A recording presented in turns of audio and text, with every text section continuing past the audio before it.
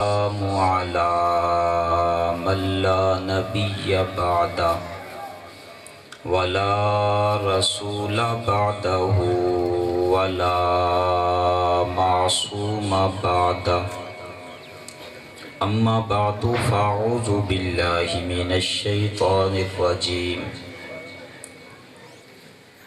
والذين يؤمنون بما أنزل إليك وما أنزل من قبلك وبالآخرة هم يوقنون صدق اللہ العظیم۔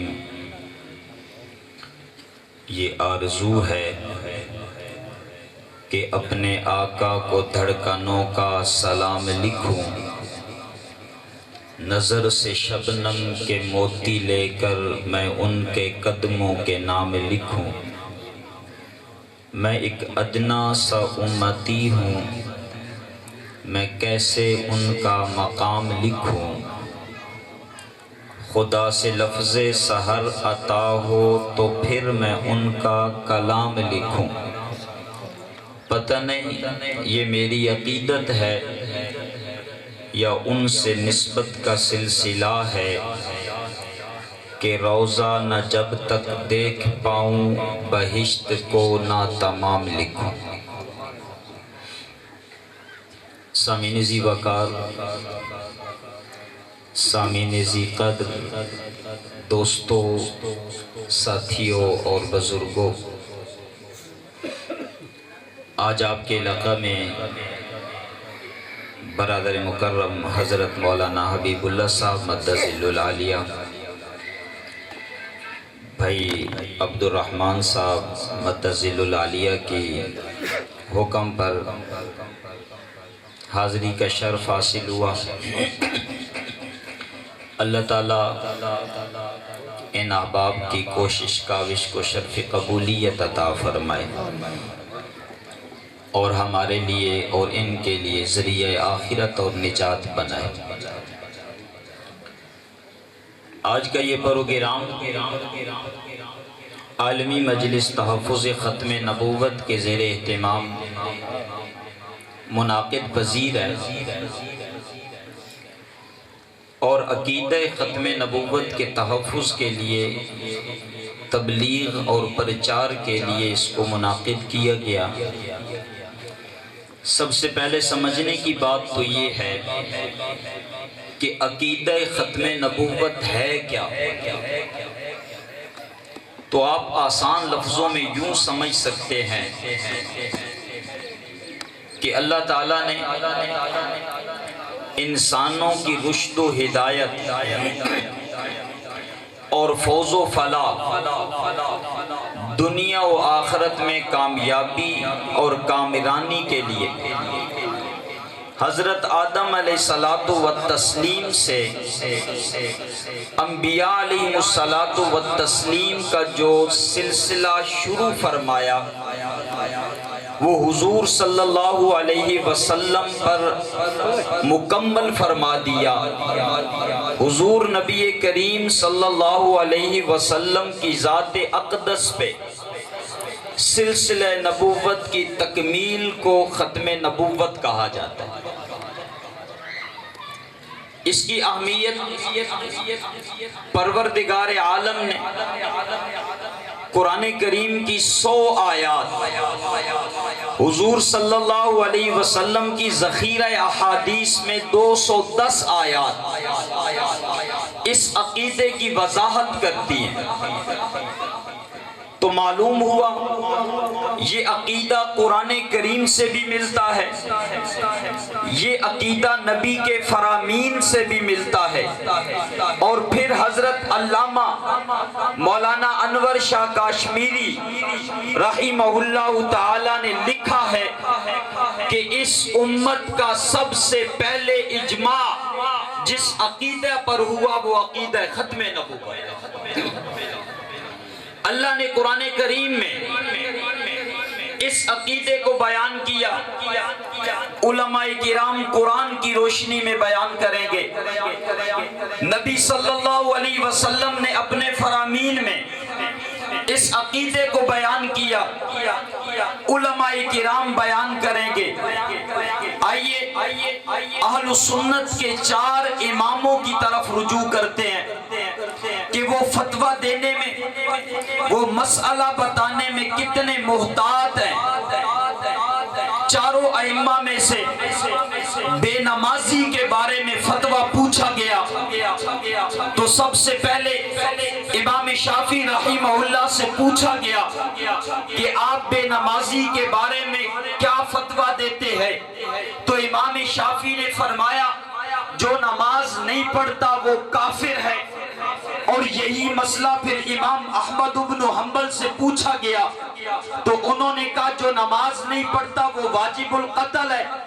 پھر یہی مسئلہ امام مالک سے پوچھا گیا جو نماز نہیں پڑھتا اس کا حکم کیا ہے؟ تو امام مالک نے فرمایا وہ شخص مرتد ہے۔ پھر یہی مسئلہ امام اعظم، سواد اعظم، سید الفقہاء، تلمیذ الصحابہ، امام اعظم ابو حنیفہ رحمہ اللہ تعالی سے پوچھا گیا تو آپ نے فرمایا بے نمازی کو میں کافر بھی نہیں کہتا، بے نمازی کو میں مرتد بھی نہیں کہتا، بے نمازی کو میں واجب القتل بھی نہیں کہتا، بلکہ میرا فتویٰ یہ ہے کہ بے نمازی کو جیل میں ڈالا جائے، یا تو وہ توبہ کر کے 5 وقت کا نمازی بن جائے یا پھر وہ جیل میں پڑا پڑا موت کی آغوش میں چلا جائے۔ سب سے نرم فتویٰ آپ نے دیا۔ یہی امام ہے۔ ایک شخص آتا ہے اور آ کر امام ابو حنیفہ رحمہ اللہ سے فتویٰ طلب کرتا ہے، کہتا ہے ایک شخص ہے کلمہ بھی پڑھتا ہے، اپنے آپ کو مسلمان بھی کہتا ہے، لیکن اس میں 6 صفات ایسی ہیں کہ مجھے ان 6 صفات کی وجہ سے اس کے اسلام میں شک ہے۔ امام صاحب نے پوچھا وہ 6 صفات کیا ہیں؟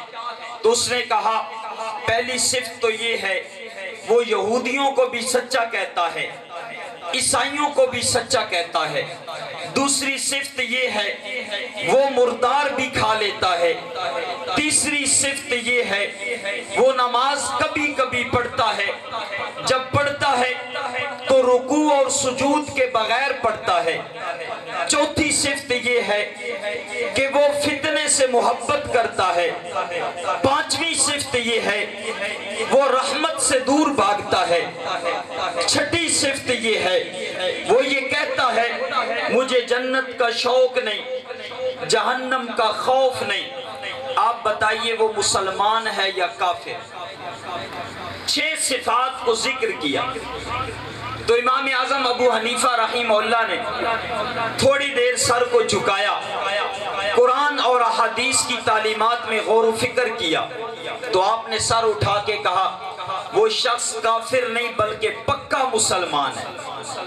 پوچھنے والے کا رنگ فک ہو گیا، رنگ میں تغیر آیا اور پوچھنے لگا وہ مسلمان کیسے ہے؟ تو امام اعظم ابو حنیفہ رحمہ اللہ نے فرمایا وہ کہتا ہے یہودی بھی سچے ہے، عیسائی بھی سچے ہے۔ اللہ کا قرآن کہتا ہے وَقَالَتِ الْيَهُودُ لَيْسَتِ النَّصَارَى عَلَى شَيْءٍ وَقَالَتِ النَّصَارَى لَيْسَتِ الْيَهُودُ عَلَى شَيْءٍ۔ یہودی کہتے ہیں عیسائی کافر ہے، عیسائی کہتے ہیں یہودی کافر ہے۔ یہ ان دونوں کو سچا کہتا ہے کہ وہ بھی کافر ہے، یہ بھی کافر ہے۔ یہ قرآن کی آیات پہ مبارکہ پہ، قرآن کی آیات مقدسہ پہ ایمان لاتا ہے تو جو قرآن کی آیات پہ ایمان لائے وہ کافر نہیں ہوتا، وہ پکا مسلمان ہوتا ہے۔ پھر یہ کہتا ہے کہ وہ مردار بھی کھا لیتا ہے تو اللہ کے نبی فرماتے ہیں احلت لنا المیتتانی، ہمارے لیے 2 مردار حلال ہیں، ایک مچھلی ہے ایک ٹڈی ہے۔ وہ مچھلی کھاتا ہوگا تو مچھلی کھانے سے کوئی شخص کافر نہیں ہوتا، اور تو کہتا ہے وہ نماز پاک کبھی کبھی پڑھتا ہے، جب پڑھتا ہے رکوع اور سجود کے بغیر پڑھتا ہے تو وہ نماز نماز جنازہ ہے، نماز جنازہ کبھی کبھی پڑھی جاتی ہے، رکوع اور سجود کے بغیر پڑھی جاتی ہے۔ معلوم ہوا جو نماز جنازہ پڑھتا ہے وہ کافر نہیں، مسلمان ہوتا ہے۔ تو یہ بھی کہتا ہے کہ وہ فتنے سے محبت کرتا ہے۔ اللہ کا قرآن کہتا ہے انما اموالکم و اولادکم فتنہ، مال اور اولاد فتنہ ہے۔ تو وہ مال اور اولاد سے محبت کرتا ہے، جو مال اور اولاد سے محبت کرے وہ کافر نہیں ہوتا، مسلمان ہوتا ہے۔ پھر تو کہتا ہے کہ وہ رحمت سے دور بھاگتا ہے، تو اللہ کی بارش بھی رحمت ہے، جو رحمت سے دور بھاگ کے چھت کے نیچے چلا جائے وہ مسلمان ہوتا ہے، کافر نہیں ہوتا ہے۔ پھر تو کہتا ہے وہ رحمت سے دور بھاگنے کے بعد وہ یہ کہتا ہے کہ مجھے جنت کا شوق نہیں، مجھے جہنم کا خوف نہیں ہے۔ تو اصل بات یہ ہے، اصل ایمان یہ ہے انسان کے دل میں جنت کا شوق نہ ہو، بلکہ جنت پیدا کرنے والے اللہ کی ملاقات کا شوق ہو، جہنم کا خوف نہ ہو، بلکہ جہنم بنانے والے کی ذات کا خوف ہو۔ اور جو اللہ کی ملاقات کا شوق رکھے، جہنم نہیں جہنم بنانے والے کی ذات کا خوف رکھے، وہ کافر نہیں ہوتا، پکا مسلمان ہوتا ہے۔ اب یہی امام ہے جو انسان کے اسلام اور کفر پر بڑی تحقیق کے بعد فتویٰ دیتے ہیں، لیکن یہی امام ہے ایک شخص آ کے پوچھتا ہے اے امام اعظم ابو حنیفہ بتلائیے تو صحیح، ایک شخص اگر حضور کے بعد نبوت کا دعویٰ کرے وہ مومن رہتا ہے یا کافر ہو جاتا ہے؟ امام اعظم ابو حنیفہ رحمہ اللہ فرماتے ہیں تو اس شخص کے اسلام کے بارے میں پوچھنا چاہتا ہے، میرا فتویٰ یہ ہے بعد النبوتی بعد نبینا کفر بالاجماعی، جو میرے محبوب پیغمبر رحمت للعالمین خاتم النبیین رحمت للعالمین شفیع المذنبین راحت للعاشقین کے بعد نبوت کا دعویٰ کرے وہ تو کافر بھی ہے، مرتد بھی ہے، زندیق بھی ہے، واجب القتل بھی ہے۔ لیکن اگر کوئی شخص اٹھ کر اس سے اس کی نبوت پہ دلیل طلب کرتا ہے اور کہتا ہے اگر تو دلیل سے ثابت کر دے کہ تو اگر واقعتاً نبی ہے، تو معجزے سے ثابت کر دے کہ تو واقعتاً نبی ہے، میں تیری نبوت کو تسلیم کر لوں گا۔ نبوت کا دعویٰ کرنے والا تو کافر ہے ہی، لیکن جو اس سے نبوت کی دلیل طلب کرے وہ بھی کافر ہو جاتا ہے۔ ایمان کا تقاضا تو یہ تھا، اسے کہنا یہ چاہیے تھا، اسے بتلانا یہ چاہیے تھا جیسے اللہ کے رب ہونے میں کوئی شک نہیں، ایسے محمد مصطفیٰ کے آخری نبی ہونے میں کوئی شک نہیں ہے۔ اگر وہ ربوبیت میں تنہا ہے تو یہ ختم نبوت میں تنہا ہے، اگر وہ خدا ہے یہ مصطفیٰ ہے، اس پہ ربوبیت ختم ہے، اس پہ نبوت ختم ہے۔ کہنا یہ چاہیے تھا جو ہوں فرعون میں ان کو خدا کہہ دوں یہ مشکل ہے، جو ہوں دجال میں ان کو انبیاء کہہ دوں یہ مشکل ہے، مجھے زنجیر پہنا دو، مجھے سولی پہ لٹکا دو، مگر راہزنوں کو میں رہنما کہہ دوں یہ مشکل ہے۔ جو طوفان کی خبر سن کر لرزتے ہو کناروں پر ان بزدلوں کو میں نا خدا کہہ دوں یہ مشکل ہے۔ خدا مشکل میں خود مشکل کشا ہے، اپنے بندوں کا کسی بندے کو مشکل کشا کہہ دوں یہ مشکل ہے۔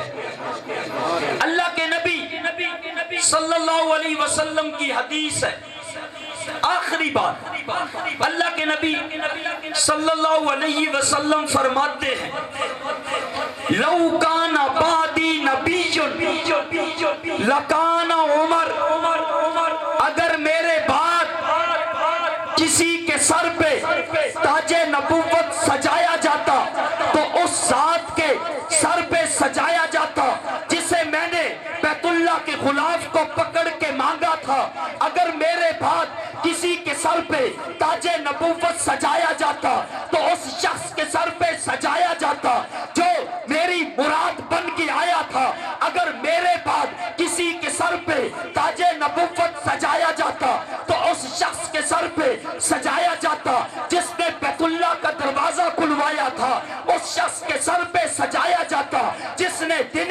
روشنی میں ہجرت کی تھی، اس شخص کے سر پہ سجایا جاتا کہ جو اتنے بڑے رتبے پہ فائز تھا، اگر وہ گلیوں میں چلتا تھا شیطان راستہ چھوڑ دیتا تھا، اس شخص کے سر پہ سجایا جاتا جو مدینہ کی دھرتی پہ چلتا تھا تو روم اور ایران کی سلطنتوں میں تہلکہ مچ جاتا تھا، اس شخص کے سر پہ سجایا جاتا جو زمین پہ بولتا تھا رب قرآن بنا کے اتار دیتا تھا، اس شخص کے سر پہ سجایا جاتا جس کی خواہش پہ پروردگار عالم نے پردے کا حکم اتارا تھا، اس شخص کے سر پہ سجایا جاتا جس کے بدن پہ لباس پہ 17 پیوند لگے ہوئے تھے، اس شخص کے سر پہ سجایا جاتا جو زمین پہ درہ مارتا زلزلہ ٹھہر جاتا تھا، اس شخص کے سر پہ سجایا جاتا جو چٹھی لکھتا تھا دریا چل پڑتا تھا، اس شخص کے سر پہ سجایا جاتا جو حکم دیتا تو زمین پہ چلنے والی آگ پہاڑوں میں واپس چلی جاتی، اس شخص کے سر پہ سجایا جاتا جو مسجد نبوی کے ممبر پہ بیٹھتا تو اس کی آواز ہوائیں ہزاروں میل فاصلے پہ پہنچا دیتی تھی، اس شخص کے سر پہ سجایا جاتا جو میری مراد بن کے آیا تھا، وہ کون تھا؟ لو کان بعدی نبی لکان عمر، اگر میرے بعد کسی کے سر پہ تاج نبوت سجایا جاتا تو وہ عمر کے سر پہ سجایا جاتا، اگر خطاب کے بیٹے عمر کے سر پہ تاج نبوت نہیں سجایا گیا تو قیامت کی صبح تک کسی کے سر پہ تاج نبوت نہیں سجایا جائے گا۔